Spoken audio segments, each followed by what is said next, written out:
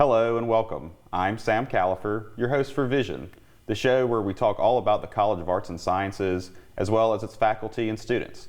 Today I'm joined by Dr. Tony Boudreaux, an associate professor in the Department of Anthropology and Middle Eastern Cultures. He is an archaeologist whose research focuses on native communities in the southeastern United States. Thanks for joining. Thanks for having me. Yes, I'm glad you could make it. Excited to talk about all of your work. But first, I was hoping you could just introduce yourself, talk about your professional background, and how you came to Mississippi State. Yeah, actually coming to Mississippi State, I'm coming back to Mississippi State. I graduated from here with a BA in 1994, and I'm just thrilled to be back. After graduation, I did grad school, University of Alabama, University of North Carolina. And then for most of my adult career, I've been either working in North Carolina or Mississippi, sometimes teaching, sometimes working in the private sector. And I'm just thrilled to be back here at Mississippi State. It's a great opportunity for me. That's great. It's great to hear that you went here and you can make it all the way back, and we're glad to have you back. And I wanted to have you on because November is American Indian Heritage Month, and that's really your field of expertise. And I find it so interesting that you focus on native communities that were right here in Mississippi as well as the entire Southeast. So I was hoping you could just talk about your research for a bit. You know, what are you trying to discover and what are some of the methods you use to do so? Yeah. So when you're out on an archaeological site, I mean, this kind of goes without saying, but I think it's important for us to keep in mind you're walking around somewhere where people used to live. And so sort of my research is kind of focused on thinking about sites as lived places.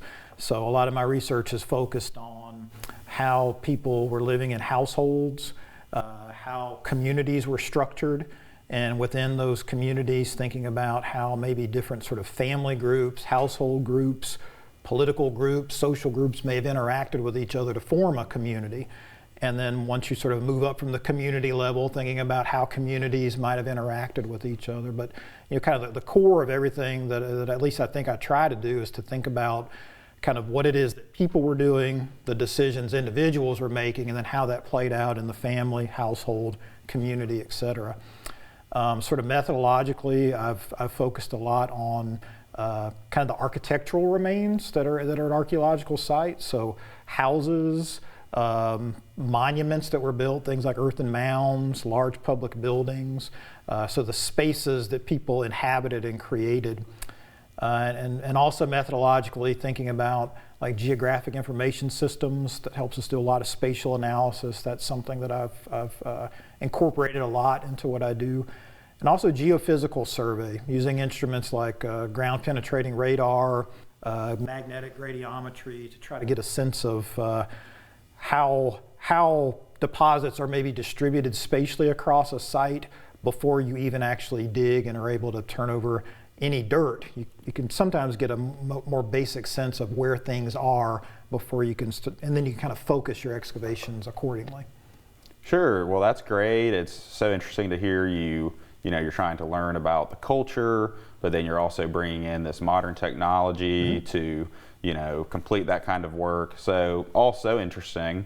And, before I had you on, I was doing some of my own research, and I found out that you were co-editor of a book just last year. The book is called Contact, Colonialism, and Native Communities in the Southeastern United States.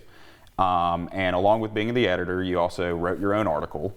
And the article was very interesting. I really enjoyed reading that because it was focused on native communities that were right here in Starkville. So I was hoping you could just talk about that book project as well as your own specific article. Sure. So to go back a little bit, when I first arrived back in Mississippi about 6 years ago, I was invited to be a part of a project. I had a colleague who's an archaeologist with Chickasaw Nation, who's also actually an alum of Mississippi State, Brad Lieb. I have a colleague at the University of Florida, Charlie Cobb, and they were working with Chickasaw Nation, the descendants of the Chickasaw Indians who were living here in the Starkville area and eventually up in the Tupelo area prior to forced removal in the 1830s. And so I was invited to be a part of that project, and what that project is focused on is what we try to focus on is sort of how Native communities dealt with their first contact with Europeans. The Spanish explorer Hernando de Soto passed through this area in 1540, 1541. That was an extraordinary event for Native communities here. Native communities didn't collapse when he passed through, but certainly we know that his passing through, his interaction with local folks started a process of change that played out over the next several centuries. And what we wanted to focus on was how were those very first communities, the folks that were maybe a generation or two generations after Soto, how did those Native communities kind of deal with this, what was essentially a new world, and how did they adapt, and how did they change or not? How did they sort of persist in what they were doing? And that book project brought folks that were asking similar questions from across the Southeast together to contribute their research. Great, yeah. So it's great to hear it was a collaborative effort. All of these people trying to learn more about probably this very tumultuous time. Absolutely. Back then, and like you said earlier, they were people. They were real people who were living, and they had their own lives. So interesting to see that you're trying to figure out the effects of all of that. And so I find all of that really fascinating. Anthropology and archaeology, it's just so cool. And I'm sure you feel the same way. Absolutely. And so if you were to look back, do you feel like there was something particular that really drew you to study these communities? And maybe what's something that we could learn from them to make our own society better? What drew me to study these communities, I don't know the one sort of magic thing, but just for me, it's always, even though I have no lineal connection with, I'm not a descendant of Native Americans, living on the same landscape, living in the same place, being in the same areas, that's always sort of, I've at least felt a connection in that regard. So that's always interested me. And as far as one thing, something important that I think we can learn, many things that are important that we can learn from studying the past, but in the case of kind of this particular research project that I'm focused on right now, the takeaway for me is the persistence and the resilience of Native individuals and societies in the past. After contact, there was this whole process of colonialism that played out for centuries and is still playing out today.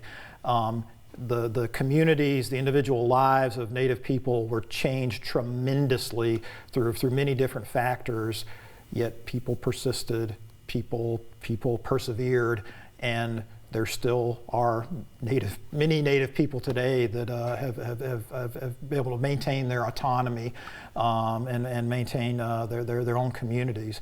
The Chickasaw, for example, their motto today is unconquered and unconquerable. And so I think that's pretty important for us to keep in mind. That is awesome. Just the same way we have issues today and we have to persevere. They were dealing with things that were even bigger. Yeah, absolutely. And kept going with it. And so that's so great to hear. So thank you for that. And, in addition to all of this research that you're doing, your work as a professor, you're also the director of curation for the Cobb Institute of Archaeology right here on campus. So what does that position entail? What kind of work do you do? So, most folks think of archaeology as kind of the field work, which is also obviously an important part of what we do. But once you do that field work and you recover those artifacts, we have an ethical obligation to take care of those artifacts essentially forever. And curation is that process. It's that process of storing, making accessible to researchers these objects that have research value.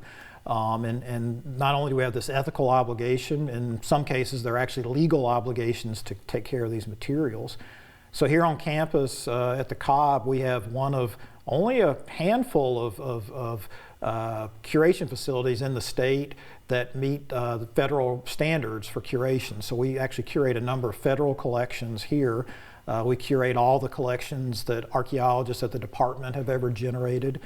And those collections are there for for research purposes. And it's not unusual for people to revisit those collections many decades after the actual excavation took place, ask new questions, bring new technologies to the process. That's so interesting to hear. You know, like you said, it's not just the field work, it's the work behind the scenes, preserving them, making sure other people can have access to them and study them in the future. So super interesting, and really all of this is so fascinating to me. I'm glad we could talk about it. And just to end, you know, maybe there's someone who's listening who is super interested in this work. You know, what kind of advice would you give them to get involved and plug into the department?